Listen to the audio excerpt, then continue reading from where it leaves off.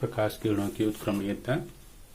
आवश्यक किरण आरेख की सहायता से यदि 1, 2 या 3 माध्यम दिए हों तो हम देख सकते हैं कि प्रकाश किरणों की उत्क्रमणीयता 3 माध्यम में भी वैसे ही लगता है जैसे 2 माध्यम में होता है। तो आवश्यक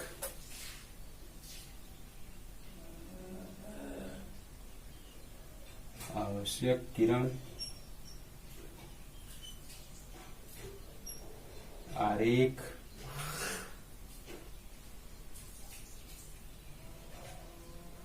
की सहायता से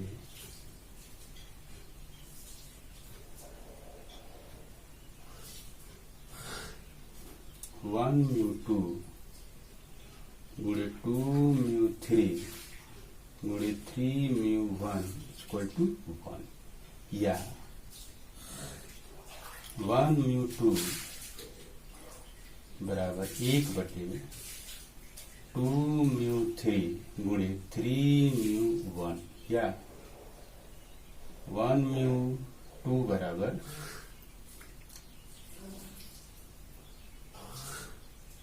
1 म्यू 3/2 म्यू 3।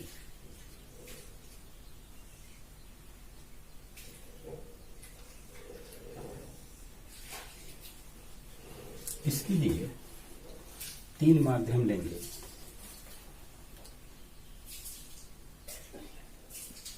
तीन लेयर है। 1 हो गया एयर, 2 हो गया जी और 3 हो गया वाटर। 3 माध्यम है। या इसी को लिख जाए वाटर, इसको लिखते हैं जी। तो प्रकाश की किरण एयर से चलकर जल के पृष्ठ पर पड़ती है।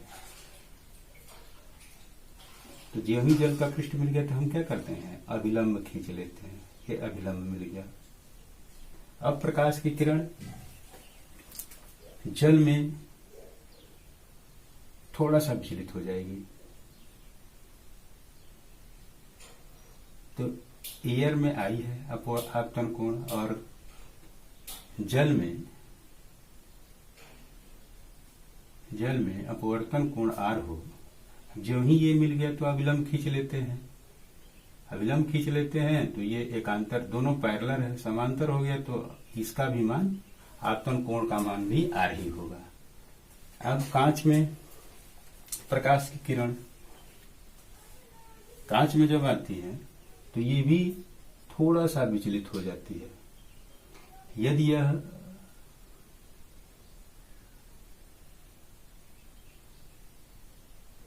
आर डैश है तो इस पृष्ठ पर ये भी समांतर है तो ये भी आर डैश होगा। अब प्रकाश की किरण कांच से कहां आ गई, एयर में आ गया। तो पुनः प्रकाश की किरण अभिलंब से दूर हट जाता है। ये दूर हट जाता है तो ये हो गया है, पहले का कोण है तो ये हो गया I1। अब हम इसको लिखें, माना कि प्रकाश की कोई किरण,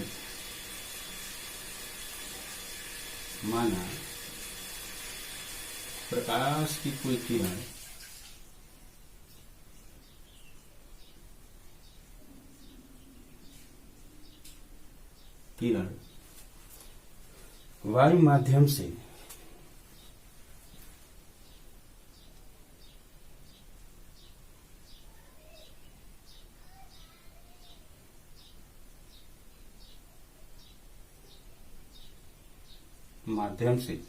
वायु माध्यम से चलकर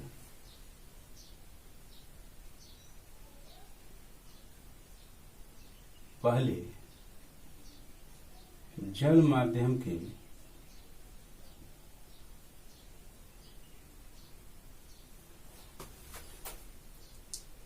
के पृष्ठ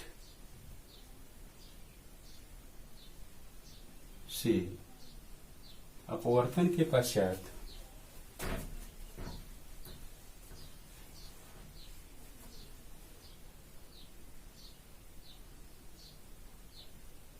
जल माध्यम में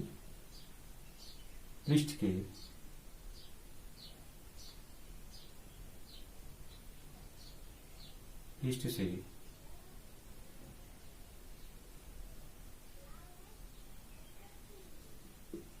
होकर समांतर कांच माध्यम में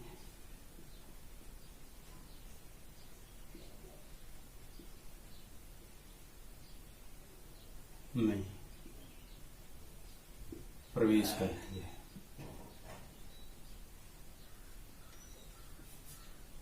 और पुनः गुटकी से होकर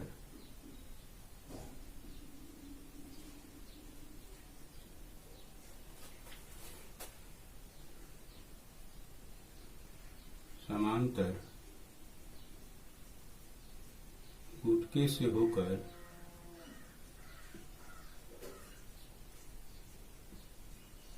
वायु माध्यम में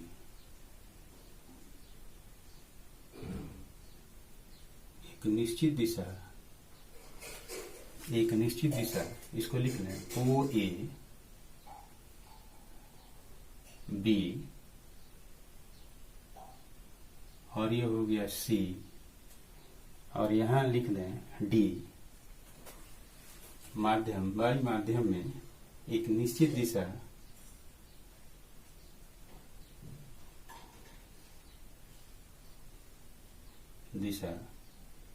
सीडी में चली जाती है।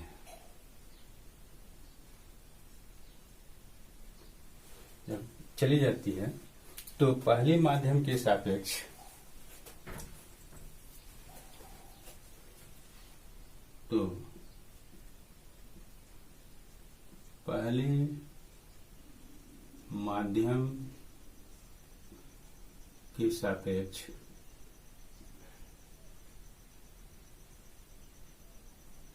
दूसरे माध्यम का अपवर्तनांक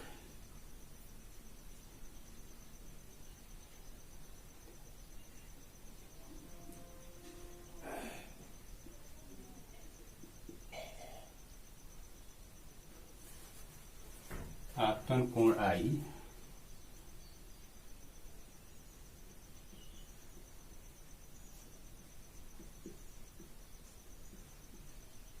अपवर्तन कोण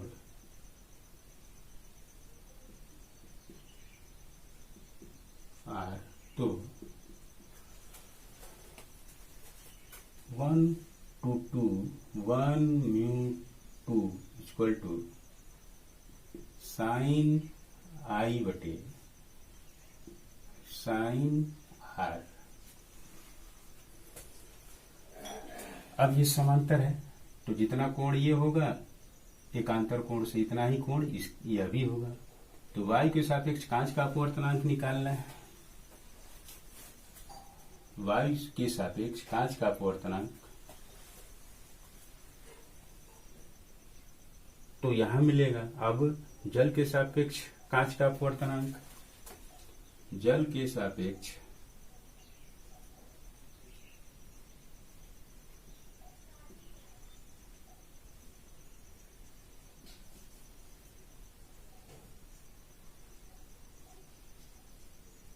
लिए आपतन कोण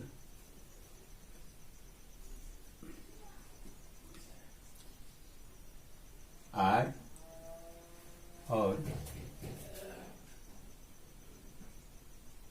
अपवर्तन कोण R1। तो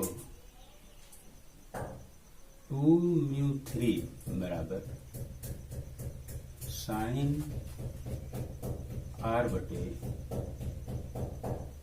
साइन R1।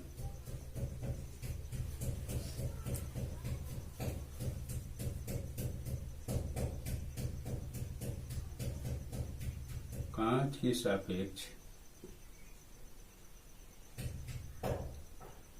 y के लिए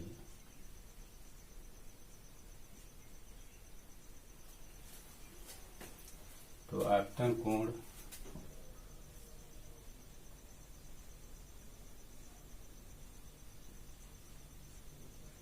R1 अपवर्तन कोण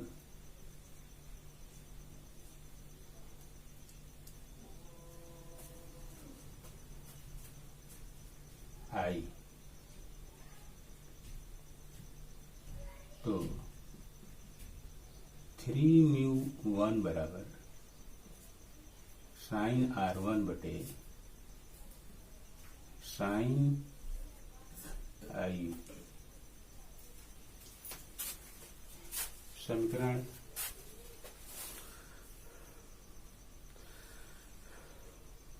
1 गुणे 2 गुणे समीकरण 3 से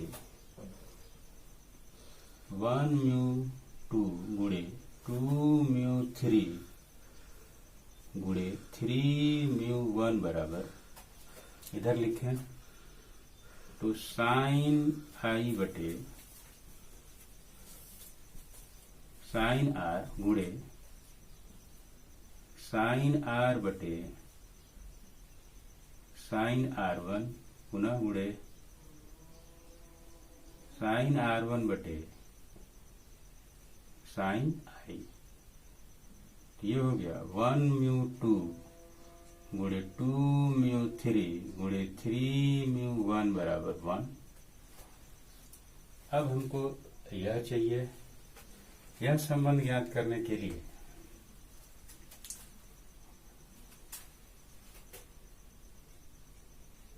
वन म्यू टू को यहीं रहने दें और 1 बटे इन दोनों का यहां गुणा कर लें तो 2μ3 गुणे 3μ1।